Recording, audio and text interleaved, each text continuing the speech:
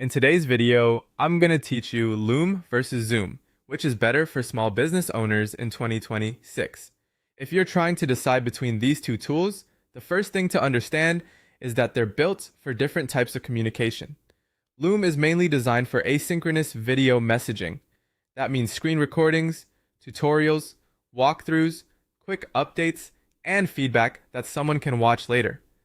Zoom, on the other hand, is built primarily for live meetings, calls, webinars, and real-time team collaboration. To get started, create a Loom account and choose how you want to use it, whether that's through the desktop app, a browser extension, or the mobile app. At the time of this walkthrough, the free starter plan allows up to 25 videos per person, with screen recordings limited to 5 minutes. That makes it a practical option for short explanations and fast internal communication.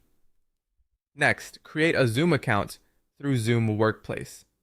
The free basic plan includes meetings for up to 100 participants with a 40-minute maximum meeting length. For many small businesses, that's enough to test whether Zoom fits their sales calls, check-ins, or client meetings. Once both accounts are ready, test Loom for asynchronous communication. Start a screen or camera recording, explain a task, provide feedback, or create a short tutorial, then stop the recording and share the generated link. This works especially well when the other person doesn't need to be available at the same time, and it can save a lot of back and forth scheduling. Then test Zoom for live communication. Schedule or start a meeting, invite clients, employees, or business partners, and use features like screen sharing, chat, and live collaboration. If you upgrade to Zoom Workplace Pro, meetings can last up to 30 hours for up to 100 participants, which is useful for longer sessions or more formal business use. When comparing screen recording, Loom is usually the better choice if your main goal is to create quick tutorials or walkthroughs. Zoom clips can also work, especially if you already use Zoom heavily, but Loom is more specifically centered around video messaging. In terms of editing, Loom offers features like trimming, stitching, captions, and on higher tier plans, transcript-based editing and AI-powered tools.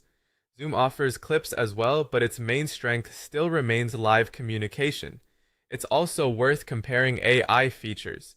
Loom's Business Plus AI plan includes things like automatic titles, summaries, chapters, filler word removal, silence removal, and AI workflows.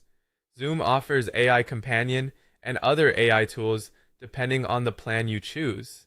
Your final choice really comes down to communication style. Choose Loom if your business regularly sends tutorials, instructions, project walkthroughs, or client updates. Choose Zoom if your business depends on consultations, interviews, meetings, webinars, or real-time discussion. You may even decide to use both. Zoom for live meetings and Loom for tutorials, follow-ups, instructions, and async updates. In short, Loom is best for video messages, quick screen-recorded instructions, and reducing unnecessary meetings. Zoom is best for live meetings, client consultations, webinars, and group calls.